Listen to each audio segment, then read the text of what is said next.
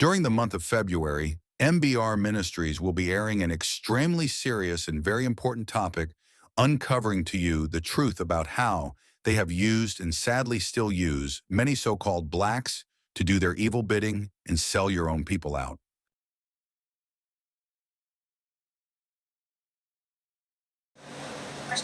This is Democracy Now!, democracynow.org, The Quarantine Report. I'm Amy Goodman. The FBI and New York police departments are facing new calls to finally open their records related to the assassination of Malcolm X, shot dead 56 years ago at the Audubon Ballroom in Harlem, February 21st, 1965. This comes after the release of a deathbed confession of a former undercover New York police officer who admitted to being part of a broad New York police and FBI conspiracy targeting Malcolm. In the confession, the former officer, Raymond Wood, who died last year, admitted he entrapped two members of Malcolm's security team in another crime, a plot to blow up the Statue of Liberty, just days before the assassination.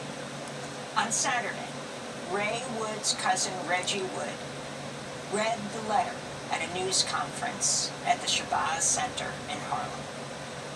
It was my assignment to draw the two men into a felonious federal crime so that they could be arrested by the FBI and kept away from managing Malcolm X's Audubon Ballroom door security on February 21st, 1965. In his letter, Raymond Wood also revealed he was inside the Audubon Ballroom at the time of Malcolm's assassination.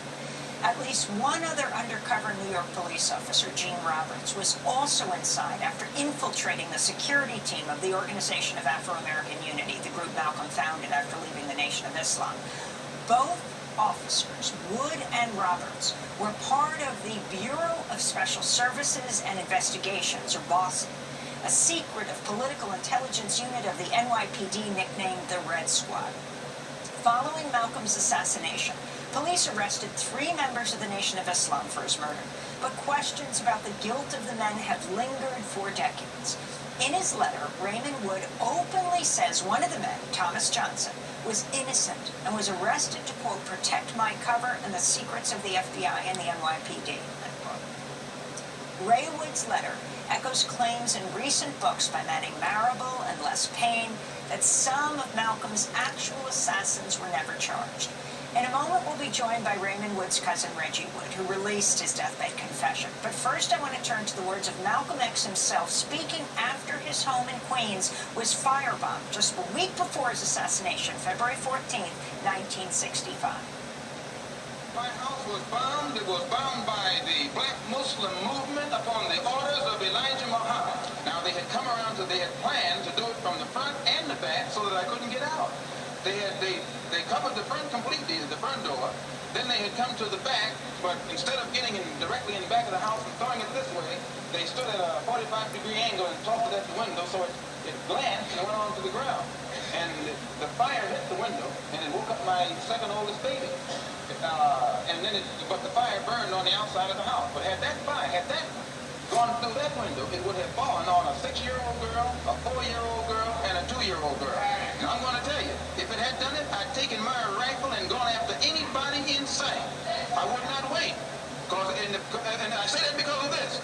The police know the criminal operation of the Black Muslim movement because they have thoroughly infiltrated it. Because they have thoroughly infiltrated it. Those are the words of Malcolm X right before his assassination, right after his home was firebombed in February of 1965. Just days later, he was shot seconds after he took the stage at the Audubon Ballroom. We're joined now by Reggie Wood, the cousin of Raymond Wood, author of the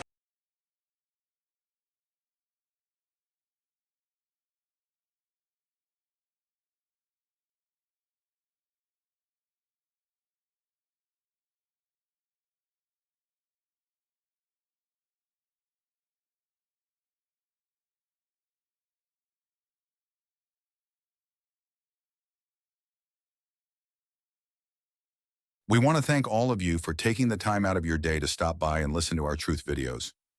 We appreciate every one of you as we believe it was the will of Elohim that you chose to visit. If any of you need real help and support, counsel, real guidance, you got questions, can use prayer, or just want to talk, feel free to contact MBR Ministries at mbrministries@gmail.com. How You Livin' really is a global ministry outreach initiative of MBR Ministries. All rights reserved.